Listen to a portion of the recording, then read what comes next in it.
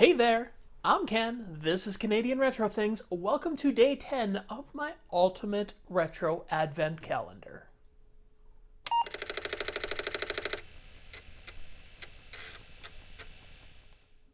Day 10 means we're 2/5 of the way through this Retro Advent Calendar, means we're 2/5 of the way through the Advent season. What do I have today? Well, I'm not going to go on and on about it here. I'm going to go right over there and take a look at it. Day 10 is another one of those things that I have wanted all my life. Now, when I was a kid, I had something like this interesting story that was actually better than this, but this was the original that I really wanted and never got. I had other versions of this that were not as advanced.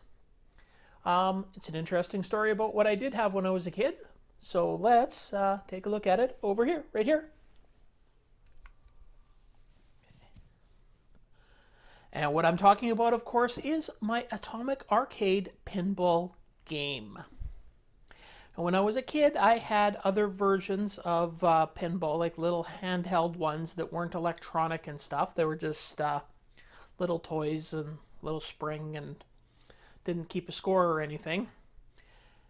One of the interesting things was that my dad was also good friends with a guy that owned a company that supplied video games to places like 7-Eleven and bars and places like that. So he let us keep a pinball machine in our basement. So when I was growing up, for a good chunk of my childhood, we actually had a full-size Dracula pinball game in my basement. So I've always had a big love of pinball. Let's take a look at this in action with all of its sound and scorekeeping and everything else.